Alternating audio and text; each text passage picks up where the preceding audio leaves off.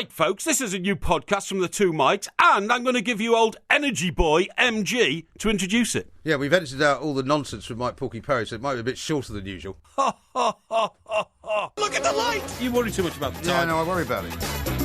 I've taken advice and done some research, and I've come to the frightening conclusion that I'm suffering from exploding head syndrome. Look at the light! Well, I feel like putting my fingers down my throat and going... Well, what's it doing?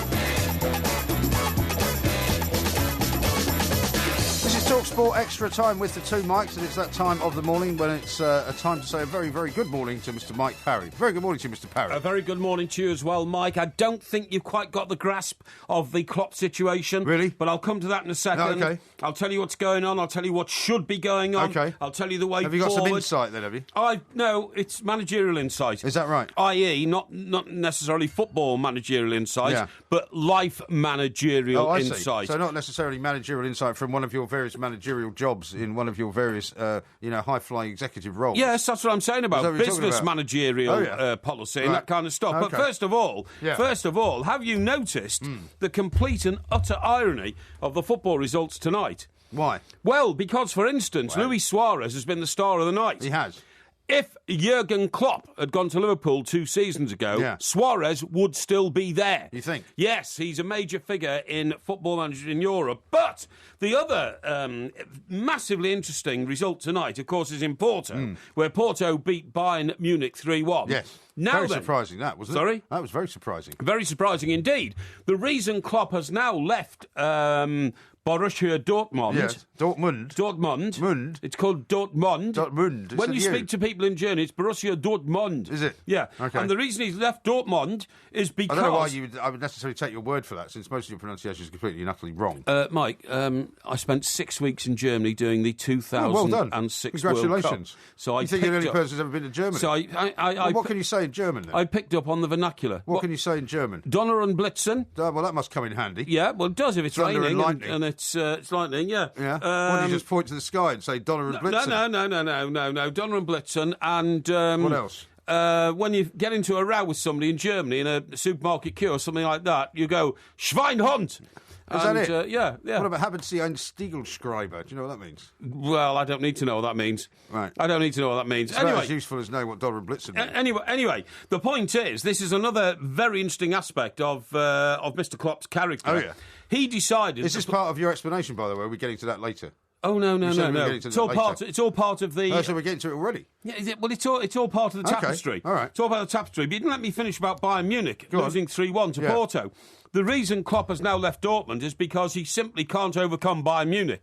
I mean, the effort and energy he put in for all those seasons, winning 2 Bundesliga titles ahead of Bayern Munich. Getting to the Champions League final. All that finally drained him of the energy because he had to lose players like Lewandowski, who was his best player. Lewandowski, who was his best player, who ended up going off to Bayern Munich. He wasn't the only one. It was every season. Every season he would lose somebody. Every season he'd lose his best players to Bayern Munich. In the end, he said, I've had enough, and he decided to go. Now, so that's the background to it. But why would he suddenly announce it in the middle of the season? I'm about to tell you. Okay. So that's the background to it. The thing is, this is a man of enormous principle and character. He decided the next place I will work will be England. Yeah. Because that's the other language he speaks. That's right. But he didn't.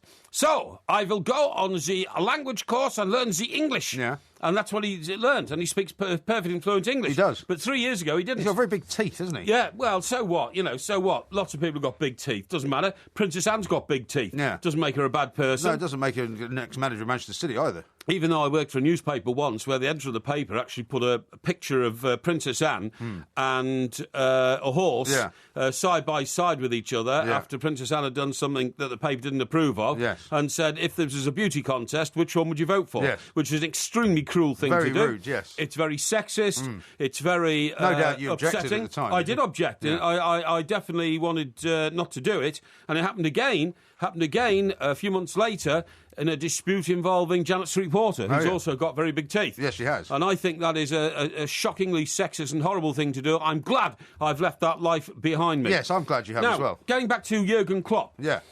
So where's he going then? Well, do you know where he should go? He should... You're going to say Arsenal, aren't you? No. Well, maybe, but I'm going to say he should go to any club in the English Premier League except Chelsea. Chelsea are the only team in the English Why not Chelsea? Because they're the only. If you let me finish, if you shut your mouth for a minute. Well, no, it's not a one-man. It's not a one-way conversation. I'm allowed to ask you questions. You asked me, and I'm trying to give you the answer. Okay, well, you're taking a hell of a long time about it. If you keep giving me how much time you've eaten up I've got plenty of time. Now then, the point is, Chelsea are the only team in the English Premier League who've got a manager better than Jurgen Klopp. Well, what makes you think he's such a great manager? He's a brilliant manager. Look what he did he was bottom of the league for the best part of the first 3 months of the season. He was bottom of the league for the best part of the first 3 months of the season. He's run out of energy, run out of resources, run out of the will to live, because everything he did to nearly topple Bayern Munich, in fact, in the end, failed. So he failed. He's a loser in your words. No, he's not a loser. If he won 2 Bundesliga titles with Bayern Munich coming second on each occasion, that is win-win-win. Yeah. The only thing he couldn't do was secure the resources Bayern Munich have got to buy the sort of players you needed to win the Champions League, which he very nearly did. Which he also didn't win. No, but he nearly did. Well, winning isn't the same as winning, is it? Nearly winning is the same as losing. If I was the chairman of any club in this country except Chelsea, I would immediately summon Jurgen... what am I talking about here? No, hang on. Jurgen Klinsmann. No. Jurgen Klopp. I would summon Mr. Klopp to my Hair office. Klopp, you could call it. Hair Klopp, yes. Hair Clip Klopp. And I'd say... I want to offer you a contract. Stop laughing. I want to offer you a contract to run this club. Now, you might say, well, hang on, Manchester United have already got a manager. They have. But he's leaving soon, isn't he? But he's who? Van Gaal. He's only doing 3 years, isn't he? Louis Van Gaal. Yeah. He's announced already it's going to be his last job. He's going to retire. Exactly. So I'd ask him to walk the plank now. I'd say, there's the Manchester United plank. You could be wrong about that, because if they end up being second or even third, that will have been his achievement reached, right? So he will have done what he was asked to do. Jurgen Klopp's a better manager. Well, how do you know that? Jurgen Klopp's a better manager than Arsene Wenger. He's a better manager than Louis Van Gaal. He hasn't won as much as Arsene Wenger. And the club that should take him on, and I would be on a private jet at this very moment going over to wherever Jurgen Klopp is. Probably Dortmund, somewhere in Bavaria. No, he's probably gone for Oldo or something like that. And I would say... He wouldn't go to Bavaria for holiday if he hates Bayern Munich, would he? That's where Munich is. I don't think he hates Bayern Munich. Well, you've just told me that the strain of standing up to Bayern Munich and trying to break down their incredible lock on Bundesliga has turned him into a man that wants to resign. Yes. So he's hardly going to want to go on holiday to Munich, is he? It's his nemesis, but doesn't mean he hates them, right? Well, you know what nemesis means? I do know what that means. Okay, well, that's all right then. Now, what I'm saying is, and this is no reflection on the club itself, and I'm talking about Liverpool. Are you? And it's not just because I'm an Everton fan. Of course not. People will accuse you of that, though. Yeah, of course they will. But I mean, please don't, because that's now reminded. If I was running Liverpool, I swear to you, this is exactly what I'd do. Although Brendan Rodgers has tried valiantly to establish Liverpool as a major force, both in this country and back in Europe, I'm afraid he's not big enough to carry that club where it needs to go. He has failed, and Jurgen Klopp... What if they get fourth place, though? No, they won't.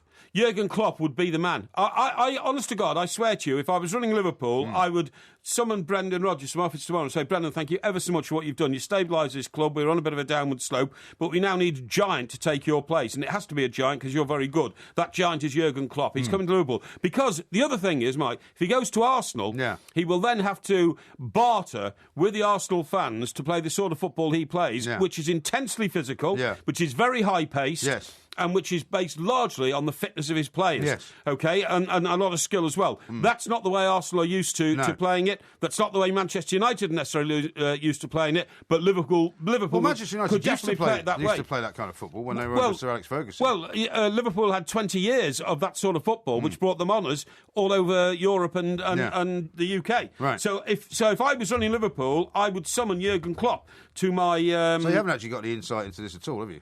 Listen, you don't need to be able to know what's going on. No. If you've got the instincts... You made that very clear. If you've got the instincts that I've got to tell you what should happen next. OK. John says, I think Jurgen Klopp speaks better English than Porky. That? Yeah, what do you make of that? This is Talk Sport with the two mics. Talk Sport on DAB Digital Radio and 1089 and 1053 AM. The enduring home of football. It's modern radio, only better. Talk Sport. That's not my name. Yeah, you have. Say Tim Sherwood. Yeah, You're actually going to say Steve Sherwood. You've brainwashed me, and I think it's fantastic. And what a great result! It's a pathetic thing. It's only taken me about a year. Yeah, pathetic thing to do, but you know, in the heat of battle, because you've got to remember when I'm reviewing those papers in the breakfast show, I'm under intense pressure. You are. The focus of the world is upon me. Yeah. I've got Mr. Brazil trying to put me off at every turn. You say that's different from when you're on this show. Well, on this show, of course, I'm carrying a passenger. You're the passenger. In the on this show, you attempt to bully me, right? Whereas when you're on with Mr. Brazil, you don't try and bully him. That's the difference. No, that's not. And I had, old Real Romford Palais, Ray Parlour, sitting next to me. Yes. So I have to help guide Ray through the intricacies of the world of journalism and newspapers. They seem very fascinated by your possible jump off Bournemouth Pier. I thought they'd been a bit sort of unkind to you. Actually. Yes, I thought they've been a bit unkind, but one has to. You go in there and they treat you as the whipping boy. No. I don't think you should let it happen. No, I'm nobody's whipping boy. Now listen, I want to talk to you about obesity, okay? Yeah, okay. Now we focused on a lot of obesity stories over the last few weeks because I quite seriously believe obesity is going to be the issue that could ruin the economy of this country. Why? Without a shadow of a doubt.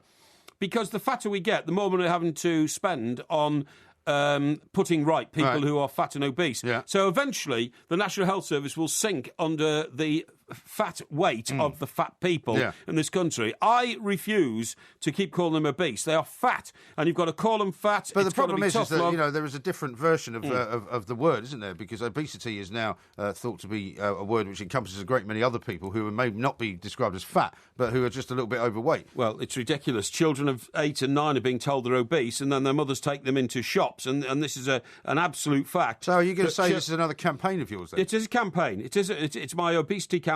Every time I see an obesity issue, I'm going to raise it to make awareness. Oh, what's that? That's a new sound we've got, actually, because we were talking about this. Right. Every time you launch a new campaign, there's a sound that accompanies it so that people are aware that this is a proper campaign. Okay. Now, what we'll have to do, though, is have another sound in case the campaign doesn't work. Oh, the campaign will work? Because, many of your campaigns have not been that successful. Oh, no, I don't agree. My campaign... So when you hear that now, so when everybody hears that sound now, they'll know that this is a Porky campaign. Yeah, it's a Porky campaign. Official Porky campaign. It is, and it's obesity. Right. That's the only campaign I'm concentrating on at the moment. But how are you going to campaign against obesity? Well, right, first of all, I will be accused of being obese myself. Well, that would be probably the first thing some people would say. I hold my hands up. Well, but you've said you've chosen that as a lifestyle. As a lifestyle. And I do not ask for help from the... well, isn't that a bit two-faced, though? No, because I don't ask for help from the government to get over my obesity. Yeah. I'm talking about obese people who say, I'm too fat to work, I'm on benefits. Oh, I'm too fat to walk around, give me a free Motability scooter. Which Motability scooters are going to cause an enormous problem soon. Already there is a case of somebody in this country having been killed by being knocked down on a pavement by an obesity scooter, ridden by somebody... Obesity. Maybe they should start calling them that. Well, no, Motability scooter. Well, they're obesity scooters, except that the people driving them are not usually infirm. Yeah. They're just fat, lazy individuals who can't walk around, right? Now, the latest... But that would be unfair to some people who've got Motability scooters because they genuinely can't walk, The ones who genuinely need them for health reasons, of course, I am very sympathetic and empathetic of course you are, with. Yeah. I am not to those who I see driving up to the pub, getting people to open both doors of the pub because one door's not wide enough to get They drive in with the Motability scooter, they park at the bar, and See, I've never seen that. I find that astonishing. Right, I could show you half a dozen pubs where I've seen it happen. And the barman is handing the beer to the bloke until he's had 4 pints, and he gets out his Motability scooter, goes to the loo like an able-bodied person. So he walks to the loo? Walks to the loo, and then comes surely back. Pubs should just say, sorry, you can't bring that in here. No, he claims, my arthritis is so severe I can only walk, 10 yards and all that kind of stuff. Right. No, they don't. They feel... Well, why don't you sit outside? I mean, sorry? Nice weather now, you can sit outside, couldn't Well, you? he can now, but he can't if it's raining or it's in the winter, you see what I mean? But listen, already we have focused on this show of the fact that ambulances have to be bigger and suspension stronger because people are fatter. Even hearses, I think you said, have to be bigger. Hearses are the same. Slabs in mortuaries have had to be bigger and wider. Have they? Yeah, bigger. You don't want to talk about mortuaries, though. You don't like those. No, I hate mortuaries and all that kind of stuff. And perhaps more probably, the number of people now who are claiming they are unfit to work because they're chronically obese yes.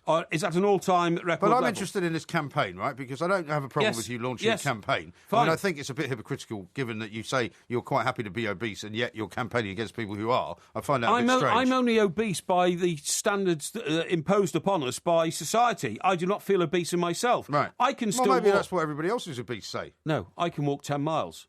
Obese people who are really obese, who are waddlers, can only waddle about 100 yards. But maybe if they walked a bit further, that would be good. Of course it would. Yeah. Of course it would. And see, what we do is, instead of making them walk further, do you know what we do?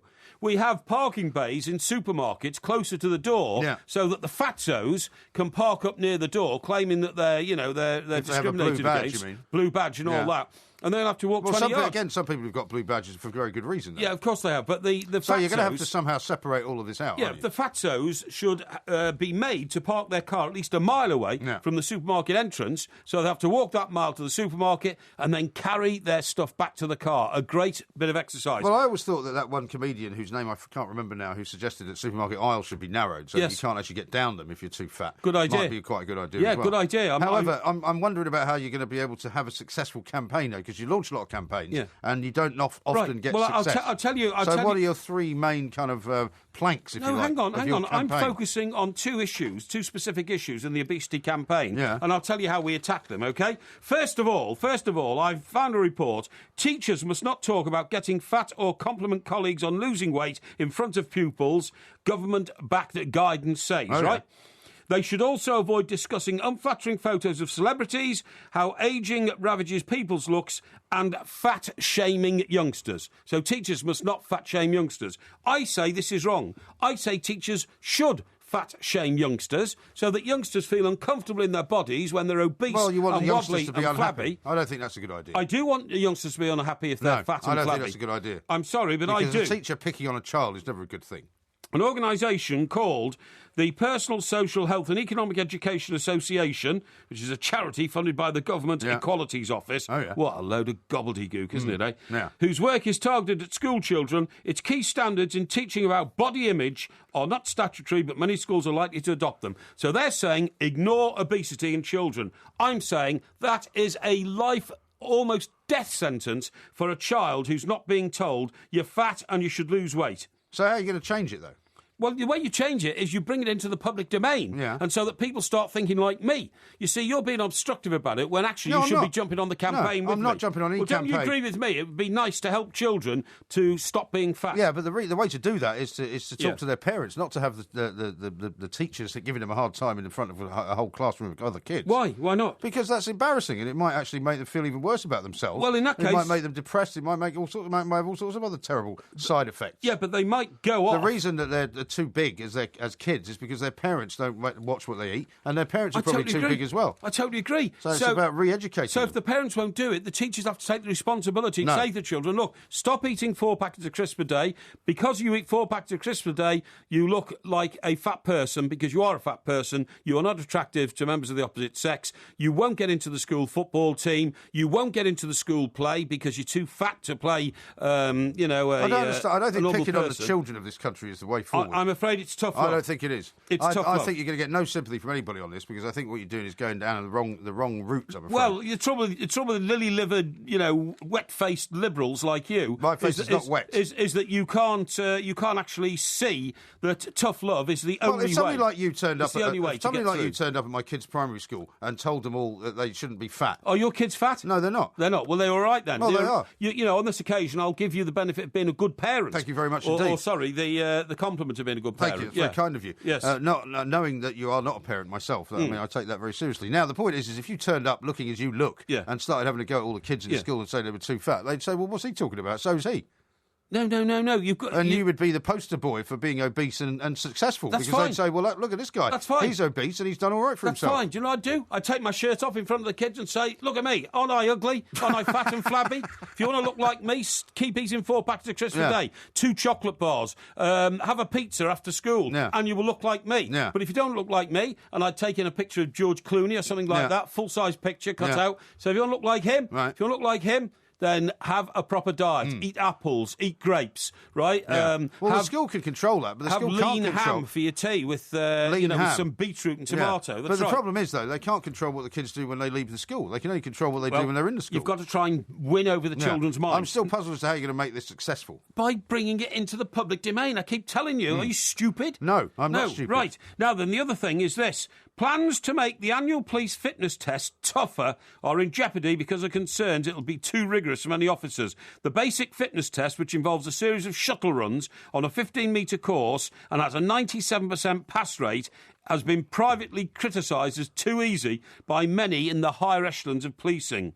Of 12,375 Metropolitan Police officers who took the basic test, only 356 failed. So now senior police officers say make it tougher. But guess what? The rank and file of the Police Association are saying, no, it's perfectly fine as it is. Thank you very much indeed. Yeah. Policemen are getting fatter. I see fatter policemen all the time.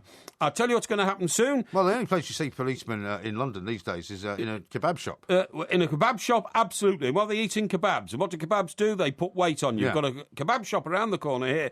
The Royal Diplomatic Protection Service spends most nights in there gorging their faces with kebabs. Actually, I will take that back because I know evidence it is that particular unit. No, you don't but know a lot that. of policemen... Sometimes the armed unit are in there, though. Yeah, that's right. The armed police get in there. Have you seen the time, by the way? Yeah, hang on a sec. Is there much more in this campaign? Yes, there is. A little bit. I'm telling you, soon police cars will need to have reinforced suspension as well. Bigger because cars. Policemen are getting bigger and fatter. I mean, already, and you can't deny this, Mike, you have seen people who drive around in ambulances in those green kits that the NHS people wear. They're big, fat, obese people, a lot of them. I can't say I've noticed, to be They honest. are. I don't look in through the windows because I'm not obsessed with it. But I'm obsessed with it. I'm a trained observer. Yeah, I know you are. I'm a trained observer. I'm the seeker of truth and justice. I see all this happening. Well, I'm wondering what the success rate of this campaign is going to be. And if it's not as successful awareness. half as successful as any of the other campaigns that you've run, we'll have a different noise Public for you awareness. as well. Well, we'll talk about some more stuff coming up very shortly. But I'm not sure they're going to get the support of the great mass of the public out there. He's Mike Parry, I'm Mike Graham. Loads more coming up next. Food, glorious food. Don't care what it looks like. Worms under the cruise.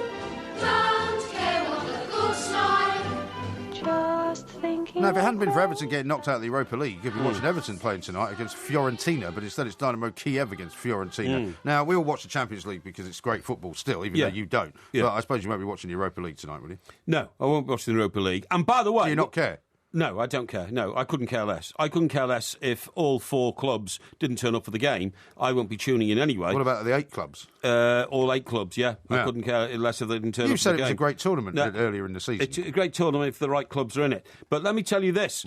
What has happened to Everton since they exited the Europa League? They've started to win a few more games, haven't they won 3 and drew 1. Yeah. They're playing Burnley again on Saturday, so fingers crossed they'll win that, although I'm not taking that for granted under any circumstances. Yes. Burnley are fighting for their lives. And then the following week, on Sunday, I think it's a 1:30 kickoff, Manchester United at Goodison Park. Yeah. So that'll be 6 games. It's a very big game, that. It's a very big game. I hope we win them all. This Saturday is... Chelsea-Manchester United, isn't it? It is. 5:30 game? Yeah, it is, yeah. Yeah, is that one of ours? I think it's... yes, it is. It's live on yeah. TalkSport, Yeah, I think it is, yeah, good. So that's brilliant. Now, you're absolutely right about all that, and for bringing that up, and the reason why is because it gives me the opportunity to say I'm not sure the Europa League is even worth entering, and even... I spoke to some Spurs fans who are glad they've actually slipped a little bit further. Right. They might slip out of contention for the Europa League. Yeah. Nobody likes the Europa League. No, nobody really wants to be in it, but then they pretend they like to be in it, and then they pretend that they want to win it, and then they never do. No, It's unless you get to the final, really. you just get out. Now, let me read you a couple of tweets that have come in. Let's do that. Here's one from Becky, who says, fat shaming is wrong and another form of bullying of which children and teenagers not. get enough It's not. already. Education is the key, she says. Lone Edward says this, I agree with the Porkmeister. Yes. And Darren says, I completely agree with Porky on the fat issue. Luckily, I can eat what I want and never put on weight. Yeah, well, some people are lucky like that. I had a mate once, and I don't know how, he just had what's called metabolism, and he could eat whatever he wanted. Well, everybody's got a metabolism. Sometimes we'd go to... Some people have got slow metabolism. Yeah, exactly, and some have got a fast, like lean burn and all that kind of stuff. We'd go to nightclubs and be falling out at 3 o'clock in the morning, and then he'd be across the road to the old, if there was a kebab shop... No, it didn't have kebab shops in those days, actually. It'd be a late-night sort of, burger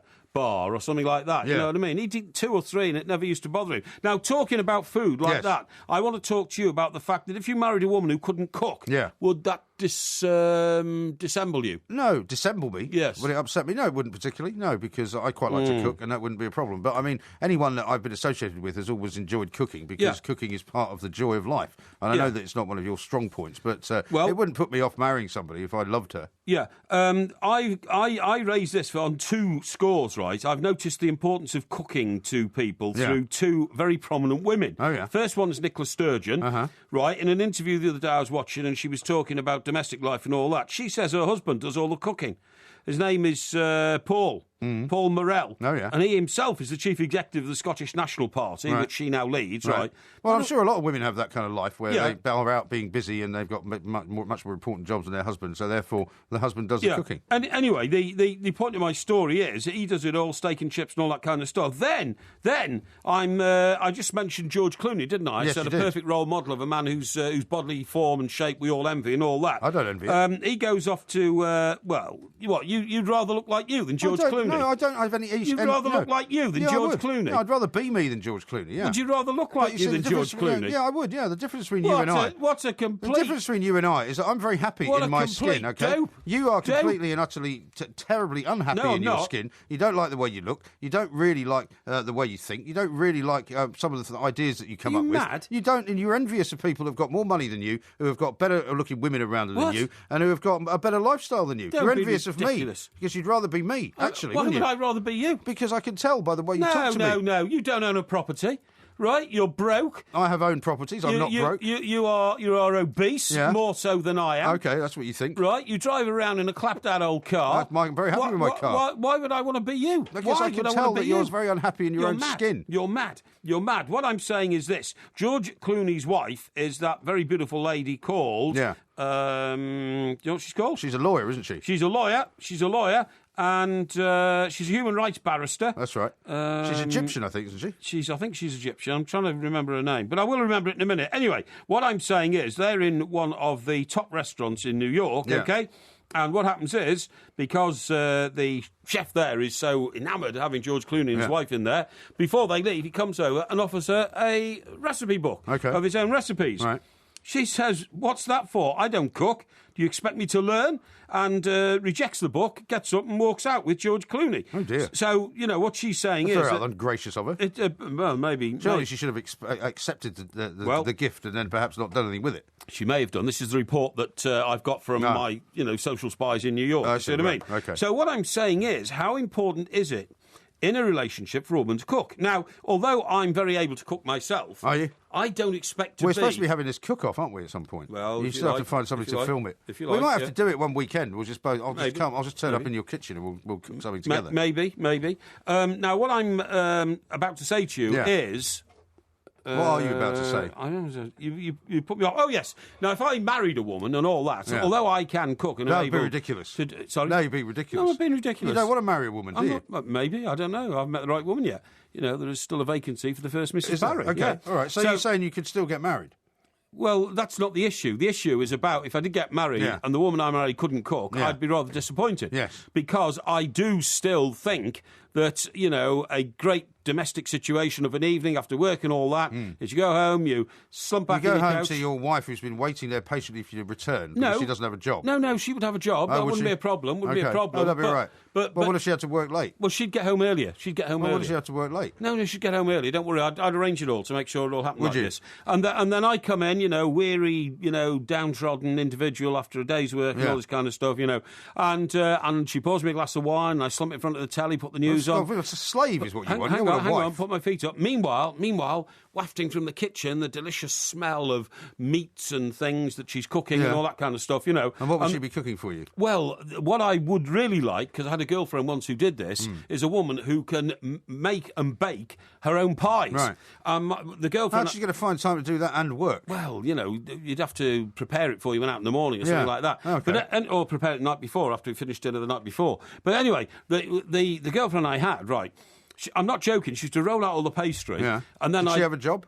Oh, yeah. She was a secretary, actually. Oh, secretary? Yeah. There's a funny thing. Yeah. And I'd give her money to buy, and I said, only buy fillet steak, okay? Yeah. And she'd cut the fillet steak up, mushrooms and kidney. Right. And she'd put the steak and the kidney and the mushrooms all together and put it into a mix and all that, and then she'd put that in the pie and bake the pie.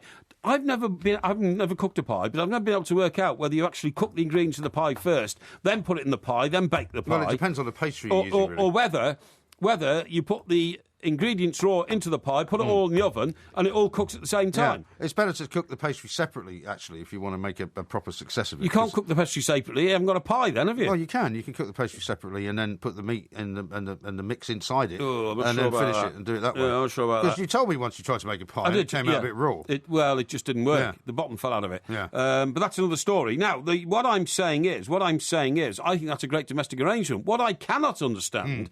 In fact, didn't you have a brother-in-law once who did all the cooking while your sister just hung around? I did, but he had a kind of strange reason for doing that. He just liked spending lots of time on his own. He liked to be in the kitchen a lot, you know. And he used to take ages to cook things which he didn't need to bother cooking. I'd go around for dinner, and he would say things like, you know, I've been stewing these prunes for 12 hours in vodka. And then you would get like 2 prunes in a little bowl with some ice cream, and I'd be like, "Well, great, but you didn't really have to go to all that trouble. No, you didn't need to actually, do Sorry, that." are you saying that he sought solace in the kitchen? Yes. So he used to close the kitchen door, so your sister would be sitting in the lounge on her own for a couple of hours. Well, while not he was necessarily cooking. close the kitchen door, but I think he just quite liked the solitude of the kitchen, which some people do. Solitude of the kitchen. Solitude of the so kitchen is quite good fun. But you don't really cook, you see. Yeah. If you cooked, you would cook. understand it. I do cook. What did you cook today?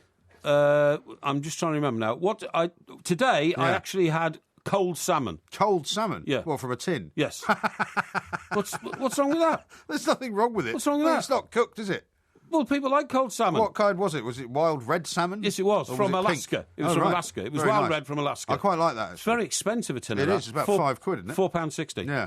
In Morrison. It's very good. But if you have it on a beautiful French baguette, it's very nice. So that's what you had? Yes, I did, yes. That's what you cooked? Yes. Well, yes. that's not cooking, is it? Well, no, that's not. But last thing I cooked Would you like to know what I cooked? Yeah, go on. I cooked a Spanish I saw a picture of it. Catalan paella. Yeah, okay. Which had red peppers, it had chilli. Sounds very good. It had leeks in it, it had a bit of cod, which I bought, and instead of the rice, it was a kind of pasta. It was really nice, actually. I, on Sunday, cooked mince. Mince? Yes. Yeah, well done. Proper, not cheap mince, expensive steak Expensive mince. With mince and potatoes.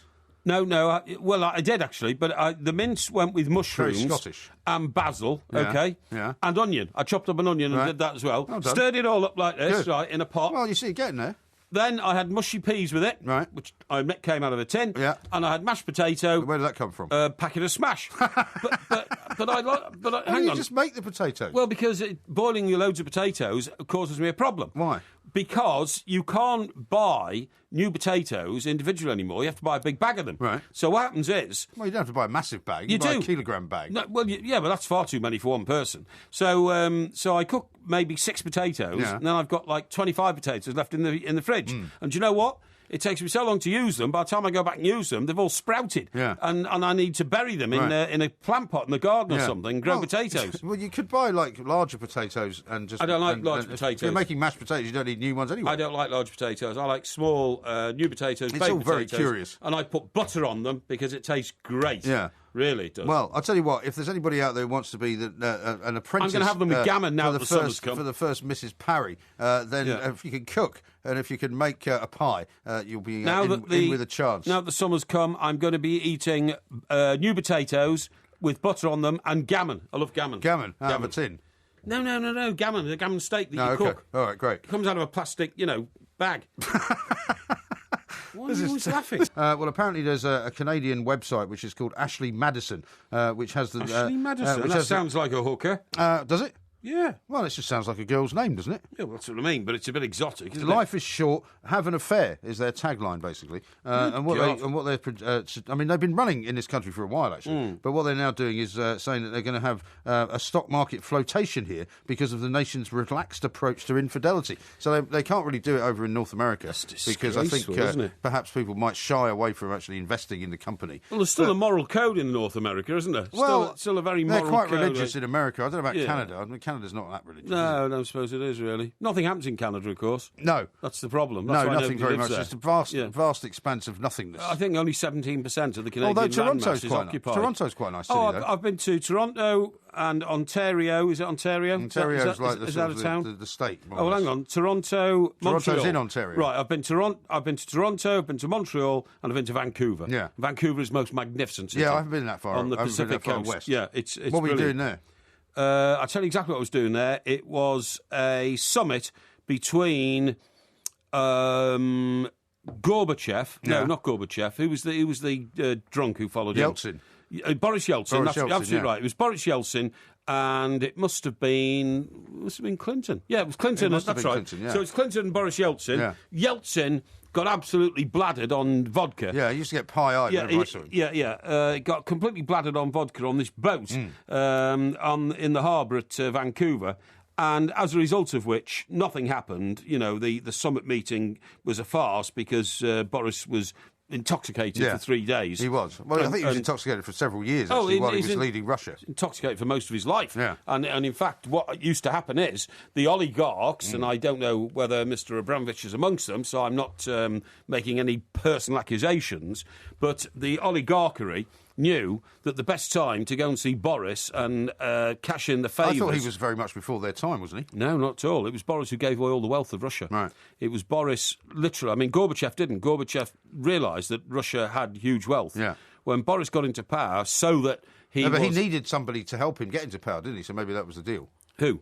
Yeltsin, because remember there was that situation where he was outside of the tanks, there was a military coup and all that. Absolutely right. Yeah. And all the rising Politburo stars all knew exactly the time of day, about 9 o'clock in the evening, to go and see Boris and say, look, you know, I want to be your lieutenant, your right-hand man, your left-hand man, all that kind of stuff. I need an incentive and all. And Boris would sign away billions of pounds worth of assets to these people who then became the oligarchs. Yeah. And that's what they are today, buying all the yachts. But anyway, look, what I'm saying is this strikes me as being rather disgraceful. This company coming to Britain... oh, excuse me. It's the air conditioning. Let me take over from you. It's air conditioning. It says here, it's been difficult in North America to find the support to go public, is what the head of the company's called. His name is Christoph Kramer, and he says the company hopes to raise £200 million from the flotation to fund expansion in countries such as Russia, the Ukraine, and Baltic states. Yeah, but you see, what is disgraceful about this, Mike, is their tagline... Life is short, have an affair. That's a marriage breaker. Yeah. That's encouraging people. Well, that's what you used to do. No. You would encourage women who were already married to have affairs with you. No, I wouldn't. If they threw themselves at me, that wasn't my fault. Well, you didn't discourage them, let's put it that way. No, I didn't, but it wasn't my fault. Whereas you, who were married, would love a service like this because you are a dirty, rotten dog who used to go around. All. Used to go. Absolutely yes, you not. did. I would never use a website of any kind. I would never go. You didn't have to. I never had to. No, but I would never do that. Used to troll Fleet Street and find women who were partially intoxicated, and then try and encourage them to have sexual relations with you. Yes, that is true. No, if you meet somebody in a social setting, that's one thing. But actually going onto a website, forming yourself into an account, and putting a picture of yourself up there, and basically trawling the thing to find women, I think it's a disgraceful thing to do. Well, but I don't have any objection. Coming from you, that is hypocrisy personified. I mean, have you ever tried online dating? No, never. Would you ever try it? No. Why not? Well, because I sincerely believe, like on Twitter and all that, you get people who are followers of yours and they put up pictures and all that. You've no idea who they are. You don't even know if it's a woman. A woman who's, sending you nice messages and all that kind of stuff. You could meet them eventually, couldn't you? Why? Why would you do that? Well, because you might be in the business of wanting to meet people. No, I'm not short of company or anything like that. And to me, it's just a complete conundrum. No, but I mean, lots more people now use those kind of things where before it was considered to be a bit of a sort of a no-go, and it was a bit of a sort of a strange no-go thing for to me. do. But an awful lot of women use them now, an awful lot of men use them, and they meet each other online, and then they meet each other in real life, and if it works out, then great. Well, you won't find me using them. I just think it's a complete and utter nonsense that the whole basis of Twitter is that you're communicating with somebody and they write words, but you have no idea what their background is, man, woman, or anything. They can put them any picture they like. But you can meet somebody in a bar and you've got no idea what their background is either. No, but at least you know they're a woman. You can see, oh, that's a woman. Well, hopefully, yeah. Yeah, exactly. It's exactly what I'm saying. Depends what time of night it is. Well, I suppose it does. And by the way, you go to certain parts of the world and you find that women who look like women are not actually women. You know what I'm talking about? Hey? They're not actually women. I haven't been to Thailand. No, I haven't either. All right. But, I mean, you see it in New York. There's bars in New York where the ladyboys proliferate and all that kind of stuff. Yeah, I never used to go there. No, well, I didn't either, you fool. But, I mean, they, for goodness sake. Nathan says this. Mr. Parry, the 1920s called and asked for their views on women homemakers back, which is a reflection on what you were saying earlier on. No, it wasn't. And here's one from DJ Brizey. He says, no wonder Porky's not found the first Mrs. Parry. Mushy peas in a tin, smash, tin tuna, no obese people to apply. What a catch. Well, that's a bit harsh. By the way, I meant to tell you about that young lady who cooked the pies, right? Absolutely lovely, I don't know where she found time to do that if she was working in an office. Oh, no, she was brilliant. I used to love those pies. Anyway, one night she tried to surprise me. Oh, yeah. And never a good idea. No, exactly. I'd finished work like with everybody. And do you remember Colin Bell? Colin Bell, a footballer? Or... No, he was a reporter. Oh, yeah. I kind of remember. Might have been before your names. time. I remember his name. Well, he's dead, I'm afraid. He drank himself to death before he reached Another one of your mates that drank himself to death. No, he did, honestly, yeah. It was a tragic story, absolutely tragic. Before he was 45, it was so tragic. He used to walk around with a briefcase, and in the briefcase was a bottle of iron brew. Dear me! And he'd had it for so long, the label was all scratched off, right? Yeah. But in the iron brew bottle was not iron brew. It wasn't iron brew. No, it was whiskey. Oh, right. And he used to have to nip into public lavatories and all that kind of stuff. And actually drink out of it. And drink out of it. Didn't people smell it on him, though? I don't know how they get away with these. Because normally a lot of these alcoholics will use vodka or gin because it doesn't smell as much. His was whiskey. I don't know why. Whiskey does smell more. His was whiskey. Dear me. And I can confirm all that because an old mate of ours, Terry, who used to be the night editor, right? He ended up running things in Scotland and he felt sorry for him and gave him some work, but he turned up in such a terrible state and all that. And why do you keep naming all these people? Well, because it's true stories. I have no fear of the truth. Anyway, what I was going to say was, so one night she went home and I said, look, I'm just staying in the street to have a couple of drinks with Colin, Yeah.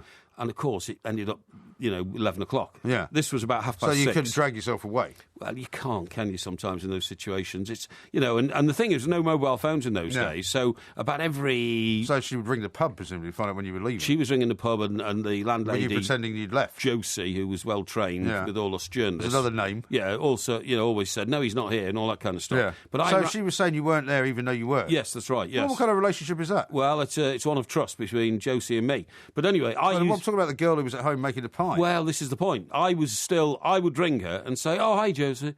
Sorry, hi. Well, I won't say the name of the lady, you can embarrass her. Yeah, okay. Hello, my love. I said, look, I'm awfully sorry. I was in the Popinjay. I understand you rang because one lad's just coming here. I've had to have a meeting with the news editor about a big job tomorrow. So you told her a load of lies? I did. They were all lies. I said, but I'll be home in half an hour, right? And this went on from 6:30. Shocking. Till 11:30. So anyway, by 11:30...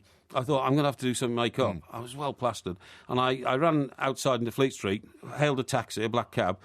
She only lived over in Walworth, in the block of flats, which are now knocking down. Okay. Hope she's moved out.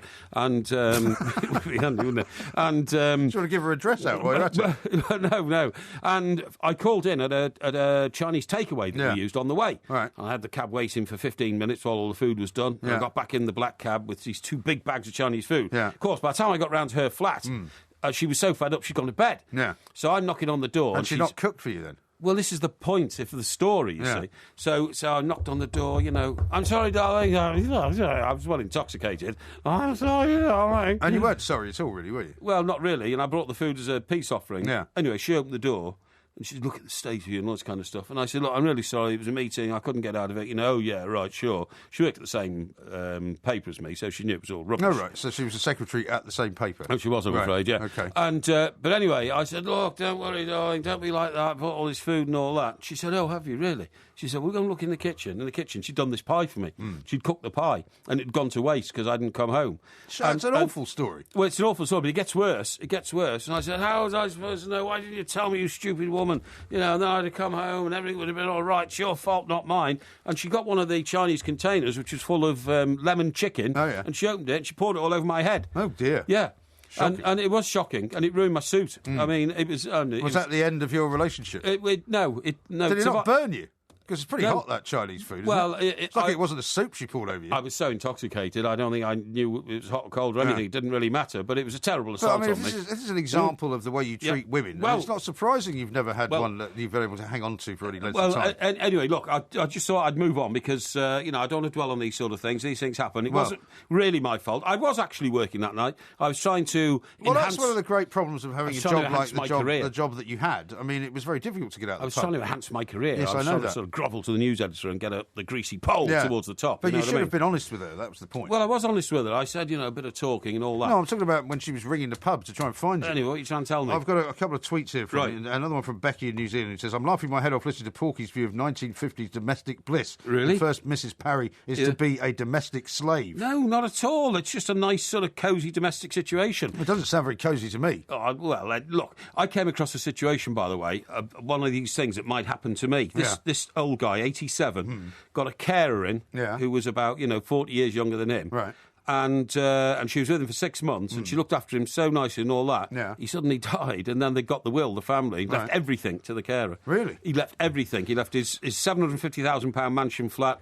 He'd left, everything. She'd only been with him 6 months. She was about sort of 40. She was Turkish lady from Turkey who'd become... So she's lucked out there, isn't she? Yeah, but you know what happened, of course? The family now are challenging the will and all that. Well, I think that's disgraceful. If that woman gave that old chap, 6 months of sort of domestic bliss or whatever and made his life easier, maybe his family had been neglecting him, I don't know, but then he leaves all his money to her, and now the family are challenging it. I think it's a disgrace. Well, did you see that story today? I don't think you should be allowed to challenge those sort of wills. Well, I suppose everyone's allowed to challenge a will, aren't they? I mean, if they don't agree with it. But do you remember that guy who was the owner of the LA Clippers, that basketball team in America? Yes. Who made a racist comment and then he was kind of removed from owning the place. Worth about $500 million, wasn't he? Well, he was, yeah. But over there in Los Angeles, the judge has ruled that the wife of the former Clippers owner is owed $2.6 million by a woman that he used to shower with gifts. Now, the allegation is that this woman that he used to buy gifts for, who is also an awful lot younger than him, and was the woman that he said the supposedly racist abuse to. I see.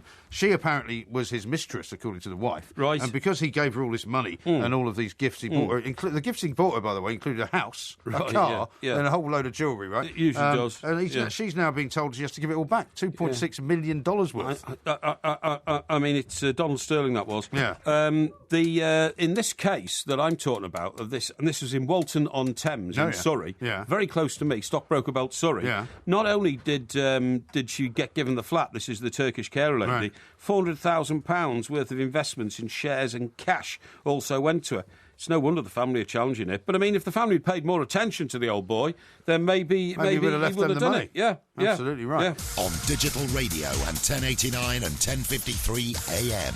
Talk Sport. Well, last night we did hear, of course, live Talk Sport commentary of Barcelona against PSG. Looks like Barcelona are very much going to go through. You wanted to mention something that was slightly further removed from Champions League football, though, didn't you? The only thing I'm thinking about is Celtic, OK? Yeah. Why? Well, I tell you why, I think it's a complete farce. I think Scottish football's a complete farce. Right. I mean, when we did Winners and Losers the other day? Yeah, we did. That was absolutely true about the Bristol team in the conference in this country with an attendance of 8,100. Right. Had a higher attendance than any Premier League fixture in Scotland last weekend. Incredible, isn't it? It's absolutely incredible. Well, Celtic must have been playing away then, were they? They were playing at Inverness Caledonian Thistle. Oh, yes. And that's why. It's a hard place to get to. Yeah, exactly. I once went up there and went to the Black Isle, which is off Sounds to the side. You go over this little bridge. Oh, yeah. And it was one of those weird things where we drove around this place, right, and never saw anyone, and particularly didn't see any children. It was during the holidays. And it was like one of those, it was a bit like something out of The Wicker Man, and you thought, where are all the kids? Very weird. That was a terrible film, wasn't it, The Wicker Man? Yeah, it wasn't good. And do you know what? Cult classic, though. Oh, but it was a brilliant film because every time you thought, well, they can't get out of this. Yeah. The cop who was on the trail of the child abductors. Yeah, Edward Woodward, that's right, yeah. You thought, well, he's got them now, he's nailed them. Right. But every time it was... no, that wasn't the case, and all this kind of stuff. It was a brilliant film, and at the end, what most impressed me about that film was at the end, Edward Woodward was locked up in this big wicker. They kill him in the end, don't they? They burn him to death. Yeah, that's right. But do you know what? It was incredible at the end because he's in this big wicker man. You know what I mean? What's this? Just in case you haven't seen it. Oh yeah, okay, yeah. Well, anyway, if you haven't seen it, it's hard luck. It's been going for about 20 years. Well, probably more like 50, isn't it? Yeah, 50 years. They lock up in this big wicker man because that's the thing that they all worship, isn't it? The fire and brimstone and all that sort of stuff. And they still do the long ships thing. Yeah, up there they do. As well. Yeah, they do. Yeah, for the burning ships. Into the Viking and thing. as they're burning him, I thought he might protest about being burnt to death. You know, sort of, excuse me, put the flames out. It's getting a bit hot. And all I think he'd realised by this stage that he didn't have any friends anywhere up there. Did he? But instead of complaining about that, he said, oh, this is a terrible way to go. I'm a Christian, and I want a decent Christian death and a decent Christian burial. Right. It was all very weird. Very strange and, film. And who was the main villain in it? Was the horror actor, Peter Cushing. Was it Peter Cushing or Christopher Lee? It was one of those Christopher Lee. It was Christopher Lee. That's right, Christopher Lee. It was, yeah. Anyway, look, the point I'm making is this, that... If it's a one-man league, which Celtic very much is, the fact that they're only 4 points above the team below them, who happens to be... I'm looking at it, it's Aberdeen. Aberdeen, that's 3 right. points. They've got 51. Yeah, 3 points, yeah, is an utter disgrace. Yeah. What makes me laugh is this foreign manager they've got. What's his name? Ronnie Delia. Ronnie Delia, right, where's he from? I think he's Scandinavian. Scandinavian, that's right. Every time I see him interviewed, he says... Welsh. Well, he's not Dutch, is he? No, he's Scandinavian. I think he's Scandinavian. So he says, we have 6 more cup finals before the end of the season. So he's making out that every game they play now is a cup final because they need the points to win the Premier title. But nobody else is going to win the Premier title. It's bizarre. I know. And the trouble is, and people talk about Rangers, but the Championship is even more bizarre, isn't it? Because Hearts have already won it, like about 2 weeks ago. Yeah. Rangers may not even come up. No, and so, I mean, people keep saying, well, until Rangers come back up into the Premier League in Scotland, it's never going to actually be possible for Celtic or Rangers to do anything in Europe. And, of course, they get knocked out every year. It's so blinking weird. But anyway, I just think it's daft that this guy's going, historic treble is on the cards because they've already won the League Cup, haven't they? Yeah. What's going to be an historic treble about a team winning, 3 minor trophies in a league where nobody else plays? And I must say, I spent a lot of time in Glasgow, as you know. And I went to a lot of Celtic games. I went to quite a few European nights, went to quite a few Old Firm games, and it was a very vibrant football city. Yes. And this is only sort of 10 years ago, really. Exactly. It's all gone now. Well, the moment it all died was when Sky decided on actually getting value for money here. The numbers aren't big enough on, it's only Celtic and Rangers. Well, isn't the other statistic that the entire Scottish TV contract is worth now one Premier League football game? Yeah, I think so. I 10 think million quid or something like 10 that. million quid, I think you're absolutely right. Listen, you've had Adrian Heath on this show, haven't you? Adrian Heath? Adrian Heath. Yes, I think we have. Of course you have. The player who played for Everton in the 80s, part of the great Everton team in the 80s very good, and all actually, that. Adrian Heath. We like him. He's a smashing fella, and I was reading a piece, actually, only earlier on, that he now is massive over in California. Did you know that? Is he? No, I didn't know that. No, it's not California. It's Florida. Orlando. Oh, yeah. What, with Orlando City, the new team? Yeah, that's right. Yeah, I think it's Orlando City. I think he's the manager, isn't he? He's the manager. That's exactly what I'm saying. So good luck to him, because we like Adrian Heath. His name was Inchy because he was only a short little fellow, but he played with the greats. He played with Andy Gray and Graham Sharp and people like that. So we like Inchy, and next time I'm in Florida, Fla, as I call it. FLA. FLA. I'm going to look him up. Orlando's not the greatest part of Florida, you have to be said. Well, that's true, yeah. But mind you, you could go and see him playing somewhere else because they could play. Maybe they'll play LA Galaxy. You go out there and watch. Exactly. Or if they play New York City in New York, in fact, you can Ain't they pretty New York City girls? Now, I've got a couple more girls. tweets to read out to you. Becky in New Zealand has sent another one in. Oh, lovely. She says, Porky has rumbled me. I'm really a 4-foot bearded man. This is not my avatar, cat. And I'm really a dropout living in Bootle. Well, you see, this is the problem. You could be, honestly, on Twitter. That's the problem. That's why I don't get, some of these dopes, right, who are in desperate need of female attention and female friendship. Yeah.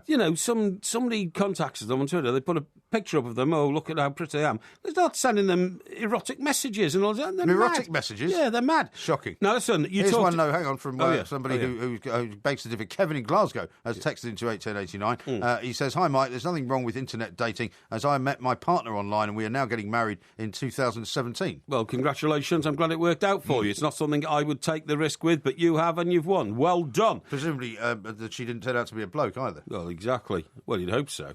Now, Orlando, of course, is a seaside resort. Now, I was delighted to, in my research this week, to come across a plan for the government to start pumping money back into Britain's seaside resorts, starting with Margate. What do you think about that? Well, I think that's very good. I hope they pump some into Hastings, actually. Yeah. In fact, one of the things about Hastings, which I'm a bit puzzled about, is you know how the pier was set on fire there some years ago by some I wasn't aware. Some horrible youths. They decided to set lots fire of to the piers pier. go on fire all the time. I know. Well, the Brighton one burned down, didn't it? Yeah, it did. And the same thing happened to Hastings, but they actually decided to put the pier back together again. Right. And they ran a sort of they got some money from the lottery fund, I think. Oh yes. But they also ran a public sort of shareholding exercise, right? Right. And I read this story in the Guardian. And I thought, well, that'd be nice for me to buy some shares for the kids in Hastings Pier, because what it does, it allows you to be a friend of the pier. Yeah, and when it's friend reopened, of the pier. That's right. And all that, you get to go. Maybe when I get there, I can throw myself off it and practice. You can practice for Bournemouth. there. Yeah, absolutely right. It's not as high as Bournemouth, I don't think. Right. But they're in the process of rebuilding it. But I've not heard anything at all from these people ever since I sort of gave them my bank account details. They didn't actually. They haven't taken any money from me, right? Because they said they wouldn't take any money until a certain point, right? But I got no confirmation that I'd bought anything, and I don't know what to do really now. Terrible. I can't advise you there. By the way, on the pier, I've had a plea from my mother. Yeah. And this is a serious. Right. Not to jump off the pier in case I die. She's very worried. Well, I'm not going to laugh again. No, exactly. She said, right. So at the moment... So what's her solution then? Well, she doesn't want me to do it. So at the moment, although I desperately want to do it... Well, there's lots of people who desperately want to do it. Hang on, we've had people on Twitter saying that they can bring a couple of coachloads of people down from Sunderland who'd like to watch. But there's all sorts of people who want to see it. I've got local planning laws which don't allow me to jump off the pier, OK? So we've got to try and get around that one. Yeah. We've got the fact that my thoracic cardio consultant says it wouldn't be a good idea to hit water from that high, cold water, because it could be, dodgy on the ticker. What if you went down a ladder or something? Only 1/3 of my heart works, as you know. I've heard that, yeah. And the third point now is my mother's made a personal plea, an impassioned plea. Yeah. Don't do it, son. You might die. Backing out of this at 100 miles an hour, No, not at all. But anyway, look, getting back to the local seaside resorts, I do love them. Margate's going to be built up. Now, Hastings, I do not, with the greatest respect, regard as a typical English seaside resort. It was one of the very first kind of Victorian. Well, it would have been because it's on the south coast, and you could get there quickly close to London, on the train and all that, and used to wheel out those caravans. Chairs. No, they used to wheel a caravan into the sea. Yeah. So you've got in this side, if you see what I mean, and you got changed, and then you got out the other side. Chair, wasn't it? No. A bath chair was a chair. This was a little wooden hut on wheels. Right. You know what I mean? Down there now. I mean, if you want to buy one of those, they've got those kind of very gaily painted sort of little huts for changing in, beach huts. So you go for about 50 grand. Oh, they go for where my sister lives near Sandbanks. Yeah. They go for like £350,000. That's crazy. For a hut. Yeah, I know. But what I was going to say is Margate's okay, and lots of people from London went there. But of course, my favourite resorts are in North Wales: Prestatyn, Pwllheli. Abersoch. I'm not sure the second one's right, is it? Pwllheli? Is that Pwllheli? No, Pwllheli, and Abersoch, and they... Abersoch. I don't know that one. Abersoch's halfway down the sort of Welsh coast a bit. But No, it's Pencuth. But what I was going to say is the outstanding one that we all think about when we think of seaside resorts is Blackpool. Yeah. And I got into a terrible row with the people of Blackpool when I went and did the Open there at Royal Lytham St Anne's, which is right next door, a few years ago.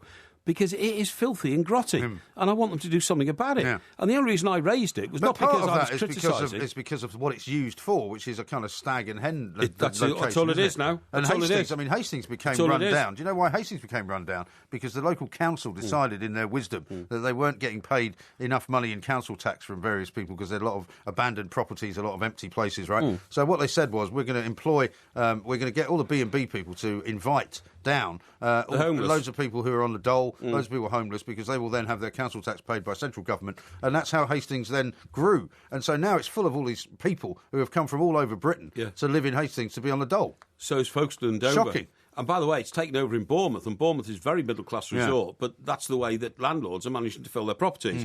But by the way. But hang on. But you see, the one that's closest to my heart is Filey. In Yorkshire. Okay. Do you know why? That. No, why? That's where I won my Butlins boxing championship. Oh, is it? And so, I have fond memories of that when I was 6 years old. Yeah, I've still got my silver cup. We'll have to do a tour of some of these places, I think. Let's just stop for a moment. We've got to do Porky Vision coming up very shortly, but loads more coming up next as well. We've got some abuse coming in from Celtic fans as well. You wouldn't be surprised at that. Oh, really? You are Mike Parry. I'm Mike Graham. I don't know why I said it that way. You might expect... Bill, really? Why? Bill says this. He says, you two give us peace. We're a country of 5 million people. Stop bloody denigrating the Scottish game. Well, sorry, Bill, but it's not very good, is it? And then he says Celtic are 8 points clear, not 4, Porky. Also, your Premier League billions and no teams in the last 8 of the Champions League. Yeah. Well, that doesn't really matter either. No, I agree with all of that. The English game is failing, considering the resources we have here. I'm, by the way, not knocking or criticising the Scottish people. I feel sorry for them that they haven't got a more competitive league. Yeah. And all I'm saying is that this guy running Celtic, the manager, what's his name again? Ronnie Delia. Ronnie Delia has got a completely false sense of superiority about, how big Celtic are going to win the treble and all that. You haven't got any opposition, mate. Well, I mean, the sad thing now is that all these Celtic fans are getting worked up saying, we're 8 points clear, not 4 points clear. Well, that's not necessarily a good thing, is it? That doesn't make it any better. No, absolutely. And Alan says, the Ronnie Dealer is from Norway. We are 8 points clear now, Porky, you plank. And also Hearts, Hibs over 15,000, Aberdeen the same. Yeah. Well, that's as may be, but the statistic you were talking about obviously didn't involve Hearts and Hibs because they're in the Championship. And also Aberdeen must have been playing away. because they didn't have 15,000. Otherwise, that would have been different. Exactly. And then he says, it's not all bad up here, boys. We've got a good young talent coming through up here in Scotland, and the women's team and the men's in the top 30 in the world. Well, I tell you what, we're hoping to visit Glasgow soon, because that's going to be one of the venues for a Two Mics live show. Right. And by the way, talking about that, we put a bit don't upset them too much then. We don't want people throwing stuff at us, because I've got a great reputation in Scotland, you know. And so have I. I'm very well loved north of the border. Yeah. Are you sure?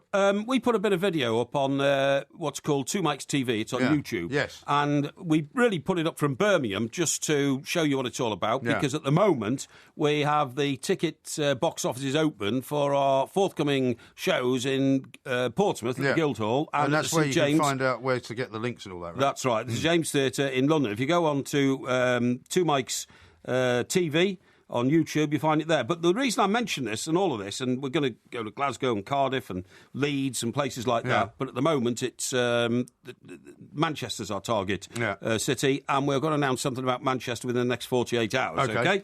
But the reason I mention all this, Mike, is because the bit of video we've put up on Two Mics TV shows you on the stage talking to me, and your left leg, which is crossed onto your right leg, it's almost like you've got a debilitating disease. Yeah, I noticed that, Yeah, it's shaking. Yeah. And guess what? I did some research on it. The urge to move your legs.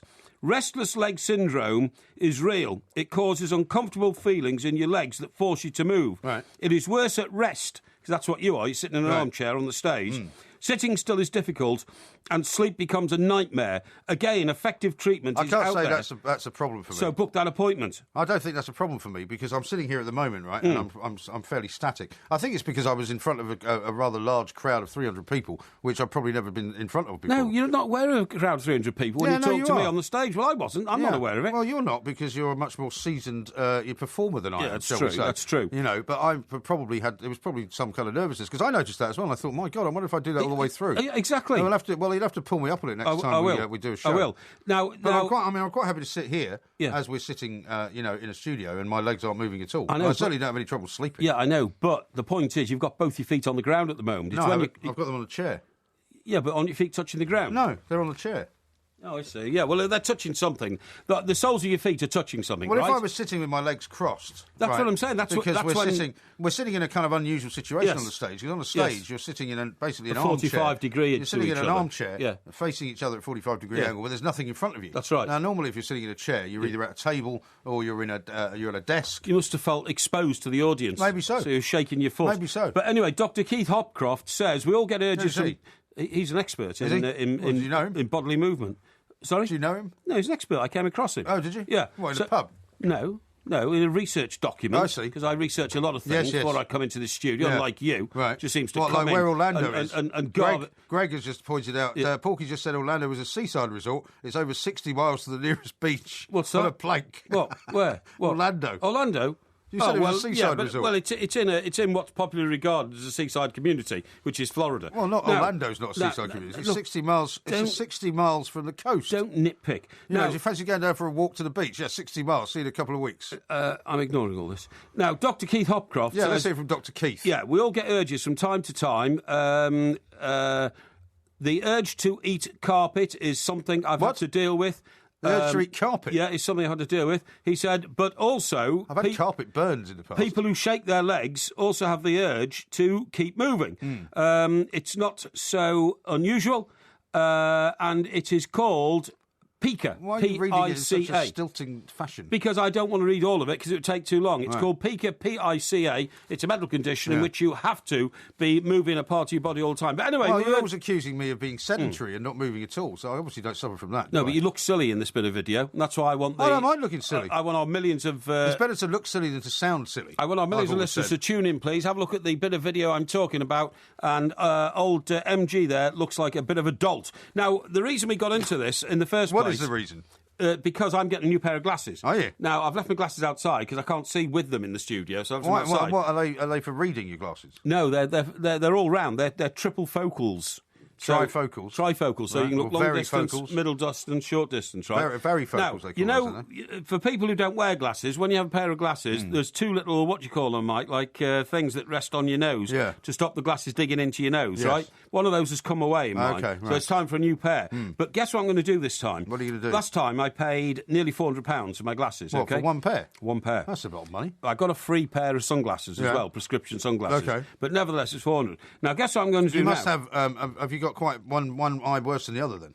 Oh, yeah, absolutely. Yeah, my left eye is very weak. Because the most expensive part of the glass is when they have to sort of thin it, isn't it? Exactly. Yeah. Now, guess what, though? Guess what I'm going to do this time? This time, I'm going to go to a very expensive opticians. I'm going to try all their glasses and frames on and all that. I'm going to have the eye test there. But then, I'm not going to buy my glasses there. I'm going to pay £40 for an eye test, which is the basic charge. You should be able to get an eye test for free, actually. I think you can on the NHS, but anyway... if you Especially at your age. I beg your pardon? You'd be able to get a free one. Matt, don't be ridiculous. My mother gets free eye test. Now, you pay £40 for the eye test, right?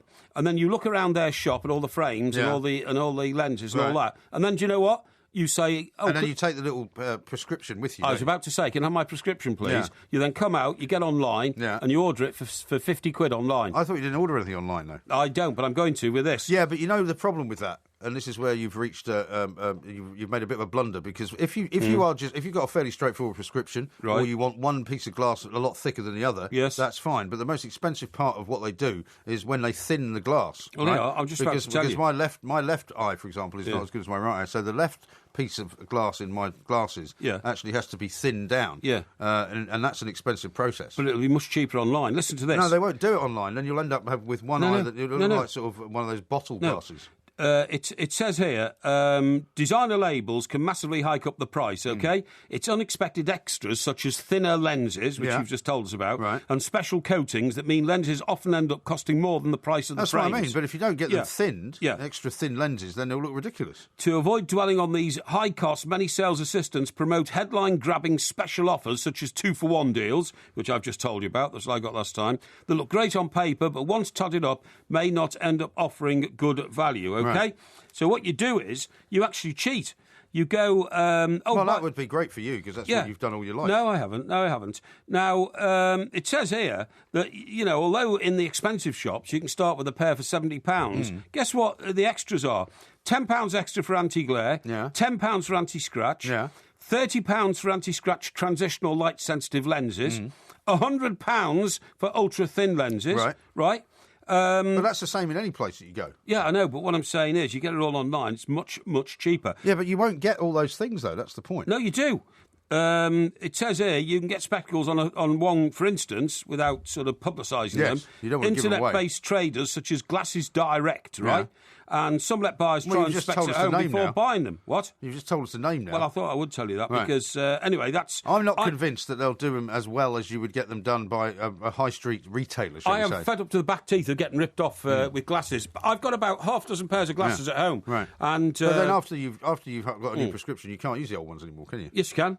No, you can't. It's not good for your eyes. If you lose your new ones, you need a spare pair. You can use the other pair for about 2 days. Well, you might be able to use it for reading or something. I was out once on a ferry going across some water somewhere, and I leaned over and my glasses fell off into the sea. Into the sea? Yes, they went, and that was it, gone. It was a bit of a nuisance. Fortunately... Well, you heard the story I told was last summer, I think, when I got mine stolen by a seagull. My prescription sunglasses stolen by a seagull. Yeah, but at least they were only your sunglasses. They weren't your main glasses. But they were prescription, though. And how much were they? Well, they were free, but, I paid £200 for the other glasses. Yeah, I lost my glasses, but fortunately, I was able, in the era of the mobile phone, to ring the opticians while I was still on the boat and order a new pair, and I got them the following day. That's very good. It was brilliant. And they said, you've got to come for an eye test. I said, no, I don't want an eye test. I want the identical pair of glasses that I bought off you, 6 months ago. Have them ready. I'll be there tomorrow. And they were. It was amazing. Yeah. Now, we've got Porky Vision coming up very, very shortly. Porky Vision, has tweeted back. He says, old MG, you're welcome up here in Scotland anytime. You have an excellent reputation. Porky, however, is as welcome as the plague. Oh, that's a terrible thing to say. Plank. That is a terrible thing to say. Sorry about that. I know you're only joking.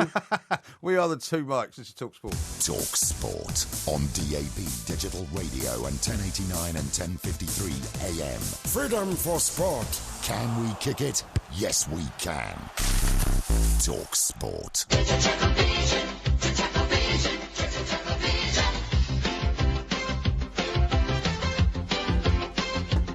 That music can only mean one thing. It is the time of the week where we ask Mr. Parry to give us the benefit of his expertise in the world of television, sometimes drama, sometimes comedy. It's called Porky Vision, and it's where he tells us what he's been watching. And just before I do that, I just want to give a mention to a couple of people. Okay. Alex says he's listening from Bermuda, awesome as always. Bermuda. And a guy here who says, always listen to Talk Sport overnight on my drive from West Virginia to Ohio. Excellent. Which is amazing. So there's loads of people around the world listening, which is good. What sort of radio will he have in his car to pick that up then? DAB? Well, he'll probably have a digital radio, yeah. And so how does TalkSport get to America in the middle of the night? Well, TalkSport's broadcast on Sirius, I think, over in the States. Oh, I see, right, so you can pick it up over there. Excellent. And in Bermuda, he's probably listening online, I would imagine. Excellent. That's really But good. I haven't got time to explain the niceties of the technological breakthroughs of modern broadcasting to you. Let's talk instead about Game of Thrones, because you promised you were going to watch that. Yeah, now, you've been telling the audience ever since you started said your you were show, going to watch it. Yeah, but you see, you didn't check with me first. Well, you tell me you haven't watched it. Well, I have sort of watched it. What happened was, right, it started on Sunday night. Yeah. Wasn't it Sunday? Monday. Well, I don't know. Monday. It's on Monday. Yeah. Well, on Monday night, right, on Sky Atlantic. Okay. And so what I did was, because I'm a busy man... Yeah. I decided I would record it and watch it on Tuesday after we'd done our show Monday night. Is it not repeated all through the week as well, though? No, I don't think so. Are you sure? Well, I don't know. I'll find out. Right. But anyway, so come Tuesday morning, I got to my machine, went to the one that says Planner. Yeah. For, the ones you've recorded. Yeah, Planner. And I saw Game of Thrones, so I switched it on, sat down and thought this will be great. For the first time I'll really study it, see what it's like. Yeah. But unfortunately... What I'd recorded was the pre-programme to the first episode, which was a load of interviews with a load of actors in Game of Thrones. Right, so you hadn't recorded the show at all? Well, just as it was about to start, the first episode, it cut off because I'd recorded the wrong programme. Yeah, plank. So I didn't actually see Game of Thrones. Well, what did you see? Well, I heard some of the actors talking about it. Well, what did you make of that? Why didn't you tell us about that? Well, they seem to be quite enthusiastic about it. Yeah. And then what I decided to do was I read a few reviews of the show. Yeah. And it says it's pretty good. But I don't like all these fire-breathing monsters because I think that's, a bit frightening, really. And all that there was a big controversy about it this week as well because people were putting out sort of leaked episodes, so they were giving away the ending. So I was wondering if you might have seen some of those. No, I didn't actually, no. Unfortunately, as I say... Well, so you failed miserably then in this particular situation. Either my machine went wrong or I miscued it or something like that. But I don't usually miscue. But I'm sure you can watch it any time. I mean, it seems to be on, constantly. Is it? Really? I don't think so. This is the new series. It's the 5th series. I know that much. Yeah, I read that. Well, can you tell us anything about the storyline? I mean, anything at all? Well, yes. What you get is a load of fire-breathing beasts, right? Yeah. And their mother... I don't know what their mother is. Oh, her mother is called Daenerys.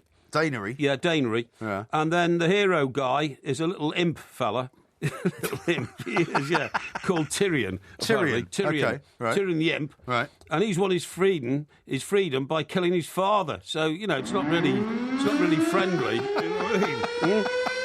Yeah. Well, I really think you should try a bit harder to watch the actual episode. Doesn't sound like Coronation Street much. Anyway, apparently they have a couple of battles for the Iron Throne. Apparently the point of this whole thing... Yeah, what is the point of it? Because I've never seen it. Everybody's fighting each other to go and sit on the Iron Throne, which means that you're the king and all that kind of stuff, But to get to the Iron Throne, you've got to get across the narrow sea. Yeah. And where is it set? Well, is it meant to be somewhere? Is it meant to be somewhere? As part on Earth, or is it? It's a land that's got the north. Yeah. So it's near Hatfield then. No. It's like the north is like Scotland, I suppose. Okay. But there's 7 kingdoms of Westeros, and there's the north. Westeros, that's in Scotland. Is it? Yeah. Okay, well that's up there, and they're all fighting over the King's Landing. which is a place where the throne is, apparently. Okay. And it's under the control of Queen Cersei. Is that the blonde girl that we keep seeing in the adverts? Well, I've seen a bit of that, and to my mind, I can exclusively reveal she's probably based on Queen Bodicea. Oh, do you think? In my view. Okay. Right. But anyway, look, I will look at it next week, and I'll give you an update on it next week. Well, you've given us a decent taster of it, I think. Yeah. I'm sure people will have a view on what you've said about it. Anyway, listen, more to the point, let's talk about Poldark, OK? Yeah. Poldark gets better and better as we go through it, OK? Do you think? Oh, absolutely stunning. Fantastic. Well, you know, I was asked to record 2 versions of Poldark. Yes. Because my other half was away. Right. But she was able to watch them on the iPlayer anyway, so it didn't matter. Yeah. I didn't watch either of them. Right. And then caught up. By the time I watched the next episode, so I'd missed 2 out. It didn't feel like I'd missed anything. No, exactly. Because nothing actually happened. No, it's pretty good like that. Nothing happens. But I tell you what... He just takes his shirt off all the time. Yeah, no, but it's good historically to show you how life was in, like, the late 1700s, early 1800s. Yeah. And, in fact, there was one great scene... In Cornwall. In Cornwall, that's right, yeah. It's one great scene where they go to a country house for a party, and the men break away and go and play cards, and the women are dancing and all that, and then the women go into the card room and... Oh, I saw that, and the guy was cheating, right? Yeah, this is brilliant. This is what I'm saying. Poldark, I mean, is the hero of everything. Poldark is such a socially aware and socially minded man. He actually breaks into a jail, right, to try and rescue a guy inside who's got typhus. Yeah. And takes a doctor with him. Right. I mean, you know, so but far... it's rather implausible, isn't it? So far, he's married his kitchen maid. Yeah. He's saved people from destitution by giving them free cottages. Yeah. He's reopened a mine so that 300 local people can have a job, even though there's nothing in the mine. And this is all despite the local sort of barons being all against him. Yeah, right? all the barons are against him. He's tried to rescue poachers who've been sent to jail. Right. I mean, the man's a saint, an absolute saint. But finally... Do you see any of yourself in him? I've always stood for the dispossessed. Right. I've always stood up for the downtrodden and the dispossessed. Right. Always, Yeah. always. That's why I give so much money to charity. You know, if somebody's downtrodden and dispossessed, then Porky is their friend. I see. And but to break into a jail where inside the jail are all these filthy, and I mean filthy, decrepit, rotting, tramp-like people who are downtrodden. Yeah, who are still alive. Yeah. But might as well be dead. Right. You know what I mean? And to break. But these are the people you want to help, though, right? Well, no, I don't want to help those people that downtrodden. Right. I don't mind helping somebody who's slightly downtrodden. Yeah, slightly downtrodden, down on his luck, but still, you know, hasn't got any lice in his hair and is quite clean. But all these filthy wretches in the jail, they're all filthy people. You know what I mean? And You've got to think about filthy people, haven't you? Yeah, I have. They must smell terribly. Well, you were talking about that guy on the ferry to Portsmouth the other day. Oh, that's the right, guy yeah. that sits there, because if you describe somebody as filthy, that just puts you off. Yeah, it does, yeah. But not very Christian of you. Anyway, he breaks in. Yeah. It's quite interesting, actually. He breaks in and they rescue this guy with the typhus, but then they discover typhus is not his worst problem. In fact, his left arm is withered and black. It's got gangrene. Yeah. So Poldark then goes and finds a doctor to saw the arm off. You know, as a charitable sort of gesture. Is there no end to this man's merciful acts? This is what I'm saying. Well, that's why it's ridiculous, though, isn't it? He just helps everybody. Absolutely ridiculous. So he saws his arm off, but he still dies. So that was a bit of a waste of time. Eh? Well, the guy died. Well, you've just given it away now. No, he's dead, yeah. You've just given it away. Well, people have seen it. People have seen it. It's no problem. Well, what else have you been watching? Well, the other one I watched tonight was utterly brilliant. It's called Ordinary Lives. Oh, yeah. It is utterly brilliant. Is this a new drama show? It's a new drama show about what happens if people suddenly, you know, just tell a little lie and the little lie grows and grows and grows. You know what I mean? Oh, yeah. Well, I do know what you mean. It's brilliant. Do you know why it's brilliant? Why? Because I thought it was the first episode, but it's not. It's the third. Apparently there's been 2, and there's only 4, so I'll only see another one. Right. Which is a bit of a shame, really. Well, can you not go back and watch the other 2? Well, I'll try and watch the other 2. Good idea. Who's in it? Well, this is the point. You see, it's been panned by some critics, with whom I'm, you know, aware of, who said it wasn't all that good. But guess who turned up in it today? Who?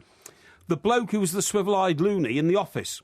You know, in The Office, there was David Brent. Oh, yeah. And then the next bloke down, who kept telling everybody he was second in command. Oh, you mean very the skinny important. guy with the blonde skinny hair? guy with a gaunt face. Yeah. And a blonde... Mackenzie Crook, isn't that? Is that his name? I think so. OK, good. Thank you for letting me know. So he comes in it, and he is mesmerising as a man. He's a great actor, by the way. Oh, he's a man who's deeply in debt because he's got an addiction, which is gambling. He's also fathered a child to another woman for the last 6 years, has been running a separate family to the one he lives in. I mean, this is a man who is in his cups, you know. And guess what he does? He works as a car salesman, and he goes and pays a couple of guys to come and rob a couple of cars so that he can get the insurance money and all that kind of stuff. Yeah, and he's deeply in it now. Mackenzie Crook's quite a good name then. Yeah, well, very good name, very appropriate name. So it's not a comedy, right? It's not a comedy. So you recommend this? Should I watch this then? It's on the BBC.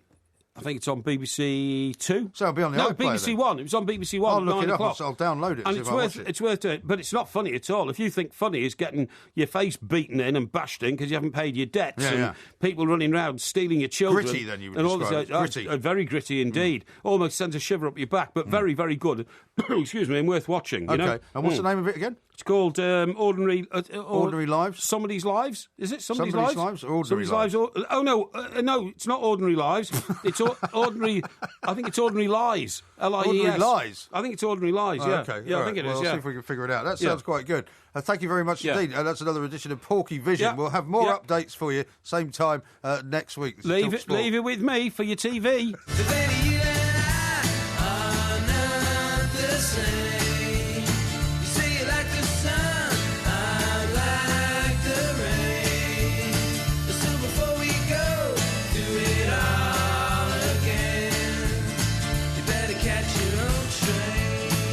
This is TalkSport Extra Time. We are the two Mikes. He's Mike Parry, I'm Mike Graham. There will indeed be a podcast coming out a little bit later on. Bill, who's the Celtic fan up in Scotland, says, we'll keep the pitchforks and flaming torches to a minimum when you come to Scotland, Mike and Porky. So that's very nice of him to say so. And here's one from Becky again in New Zealand. He says, what a TV reviewer. Records wrong programme, Porky Vision, but quite a good summary of the plot of the previous 80 episodes. Yeah, well, there you go, you see. Although Robert in Belfast doesn't agree. He's texted and he says he hasn't got a clue about Game of Thrones. The two of you need to watch the first episode of the first series and you will be hooked. Tell Porky you can watch it through on demand. Oh, really? On demand? Thank you very much indeed. I'll look at that. And here's another one from Robert who says it's Ronnie's first season in charge of Celtic, coming from the Norwegian League, and he's on for a domestic treble. He hasn't slipped up at all, i.e. MK Dons against Man United, Chelsea versus Bradford. Neil Lennon didn't do the treble last year without Rangers in the league, so he deserves a lot of credit. And then he says, how is Martinez's first season going? Well, Robert, it's not Martinez's first season, is it? His first season went rather well. Yeah, it did, actually. Qualified for the Europa League. And then finally from Phil, he says, Porky stands for the downtrodden. Ask the poor homeless guy he shuns who just requires a few quid for a brew. Yeah, but he's he's filthy. He's pestilent, if you know what I mean. Pestilent. Yeah, I'm afraid. Exactly right. There you go. Now, talking of the great unwashed, I thought of you yesterday when I saw this story about how on some airlines now they're going to introduce a fourth class. I think I've heard about this. Which is going to be actually under economy. I think I've heard about this. So they've got sort of super economy now, whatever they call it. Yeah. You know, upgraded economy. You've got first club. Business. Club or business, you've got sort of super economy. And economy. So this is regular the fifth. Economy. So this is going to be below economy. The fifth. Yeah, this is the fifth one. And they're actually going to put in more seats. What are they going to call it? I think they're going to call it choice or something like that. Or budget economy. Yeah, budget economy. And what do you not get? Well, I think what you don't get is any of the frills which some of them now, I mean, if they're doing it transatlantic, for example, you probably won't get any drinks free, you won't get any food free. Do you get those free in economy on transatlantic planes? You do now, yeah. Yeah, they've reinstated I wouldn't know, it. you see. I haven't flown economy for about 25 years. I tend to, because I sometimes go, you know, one up, which is like whatever they call it, you know, premium economy or something like that. But I sometimes upgrade myself just at the airports. You can do it for like £100. Yes. But it's become so expensive now to fly any kind of flights to America. Sure. Now. You know, it's gone. You know, the days have gone where you could get like £300 flights. Yeah. Although there's meant to be a new airline that started up, which I think is a Scandinavian. Didn't know one, that. where you can go for a couple of £100. But I mean, it's more like £500 or £600 now when you go. And so they've reinstated the drinks, but what they haven't reinstated is the kind of, as I've said to you before, the generosity with which they used to pour the drinks. Because I mean, when you used to fly to New York, you basically drink until you passed out and go to sleep, and then wake up and you'd be fine.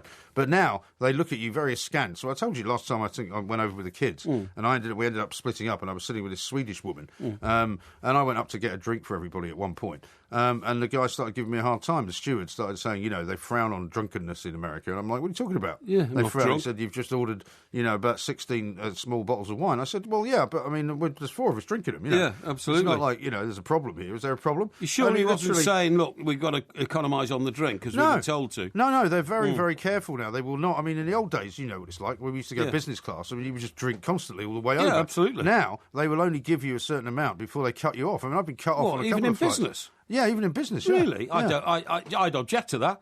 I'd say, hang on, I pay business because I want a free flow of booze all the way across the Atlantic. Yeah, they won't let you do that anymore. They won't let you do that anymore. That really shocks me. Yeah, and what they're also doing is with this new class is they're actually going to squeeze an extra seat in. So on one of the thin seat.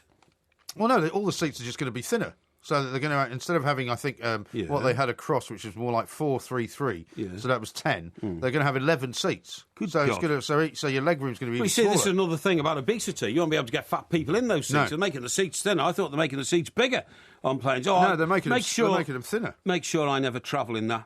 What's it called? Choice economy. Yeah, choice not for economy. Me. I tell you, if I can't afford business, I'm not going. Yeah. Full stop. But business is ludicrous now. I think it's something like sort of £1,500 each way or something. It's 2,400 the last quote I had to fly business to America and back. There and back, yeah. Yeah, that's well, right, actually, well, that's a little bit cheaper then. Yeah, it's not bad. But it's around 1,200 to 1,500 per go. Talking about drink, by the way, Yeah. and free drink and all that, because you're still getting first class. I flew back from LA first class last time I came back. And was that when you were sitting next to Joan Collins, or was it? Well, Joan no, Collins? she wasn't there. I had her seat. She didn't turn up, so I got her seat. Oh, okay. But that's by the by. I'm reading some report, because I keep in touch very much with the drinks industry to see what the trends are, that champagne's going out of fashion in this country in favour of Prosecco. Yeah, now, what on earth is Prosecco? Well, Prosecco is basically sparkling wine. Sparkling wine? Well, I mean, who would want sparkling wine if you want champagne? Well, I'll tell you the reason why people are drinking more and more sparkling wine, and Prosecco in particular, because it's a sort of Italian, very flavoursome, very light... Prosecco! Yeah. In fact, when I was Italiano!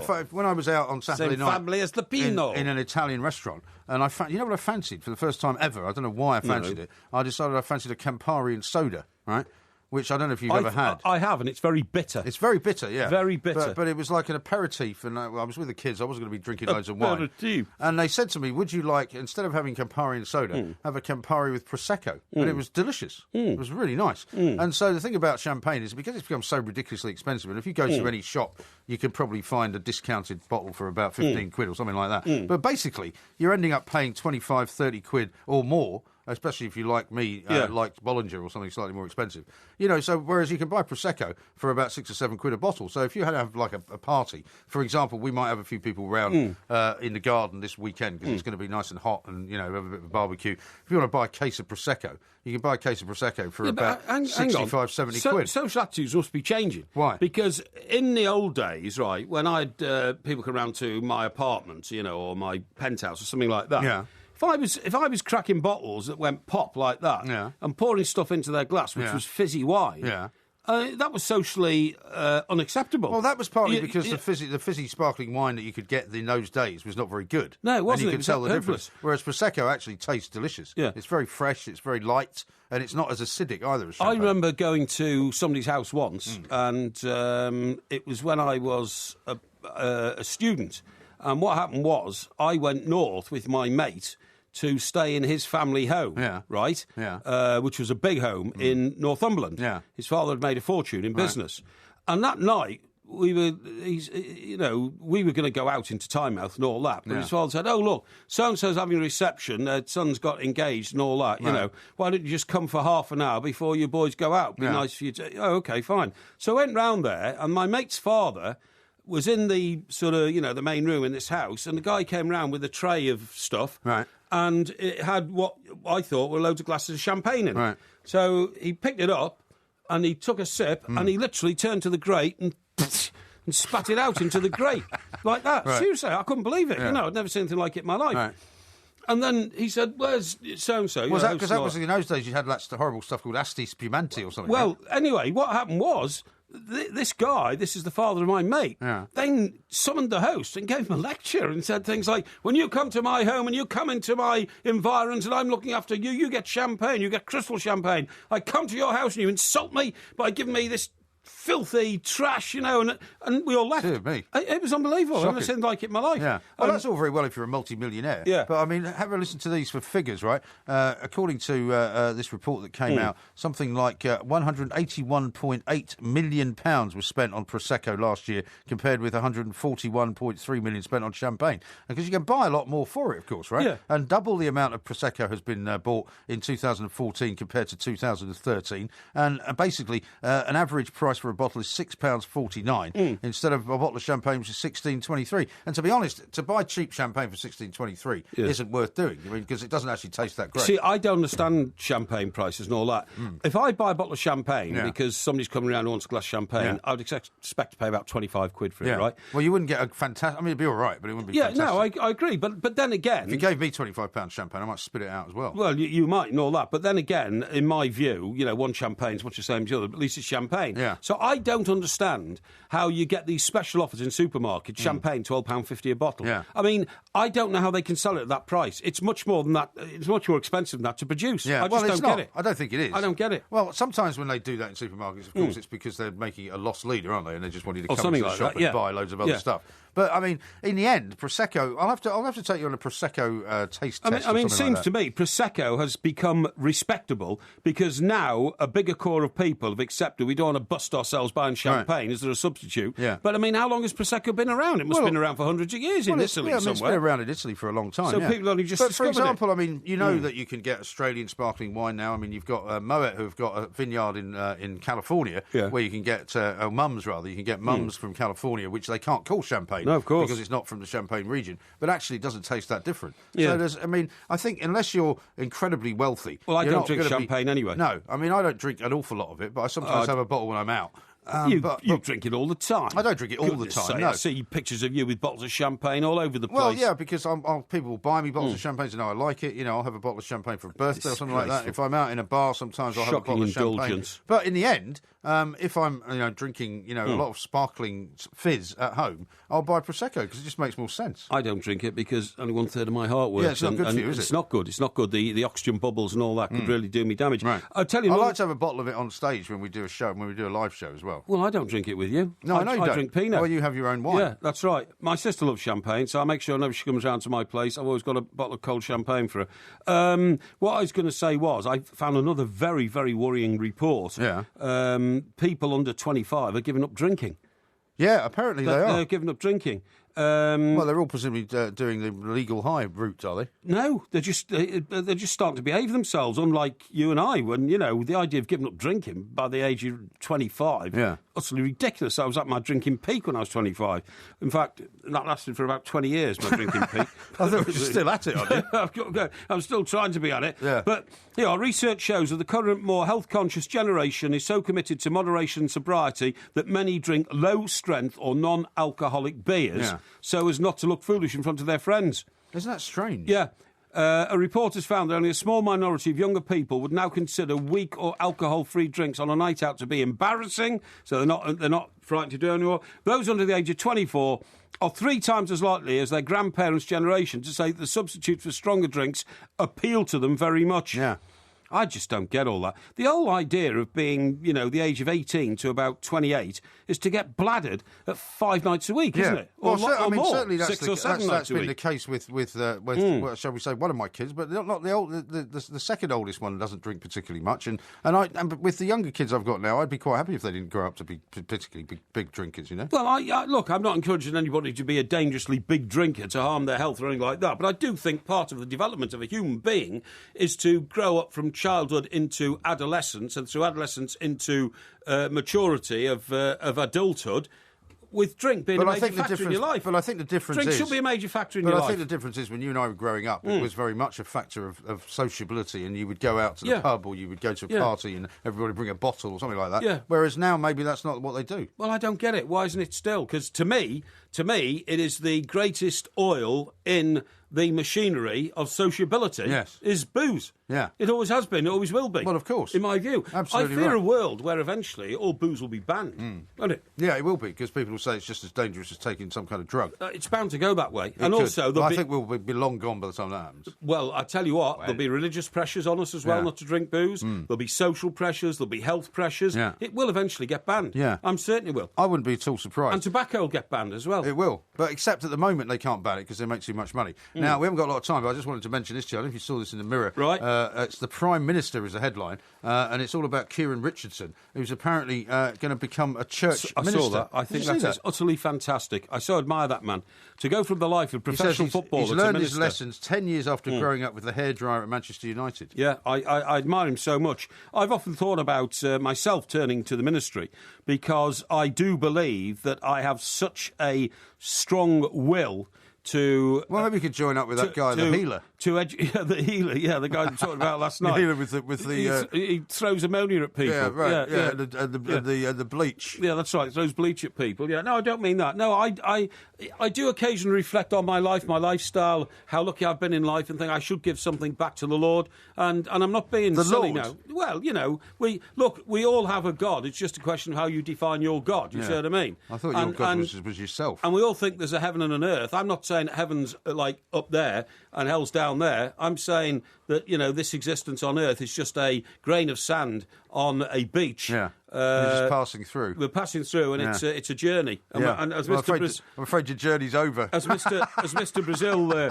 coined it, we're only here for a visit. Yeah, well, he's still waiting for last orders, I think, isn't he, on the visit? But anyway, it's a bit harsh. Mr. Parry, of course, will be back tomorrow, at which point we will be unveiling the quiz of the night of the week, which is, in fact, Napoleon Bonaparte. Yes. Here's one from William, who says, can't wait to see who or which place Porky insults tomorrow. Happy Thursday. And Droll says, totally agree, Mike, Prosecco is delicious.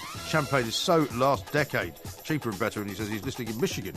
So another one from very far away. This is Talk Sport. We are the Two Mikes. Look at the light! Don't forget to follow the Two Mikes at the Two Mikes on Twitter and on YouTube. Just look for Two Mikes TV. Now, the point is if you turned up looking as you look and started having to go at all the kids in school and say they were too fat, they'd say, well, what's he talking about? So's he. No.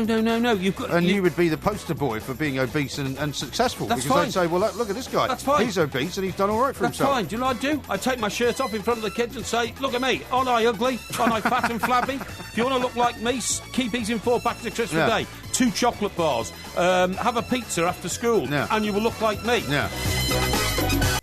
If you love the Two Mikes podcast, you'll love the live show. Weekday overnights from 1am on DAB Digital Radio and 1089 and 1053 AM and via the TalkSport app. TalkSport, your Premier League station with exclusive commentaries every weekend. What an absolute corker! TalkSport.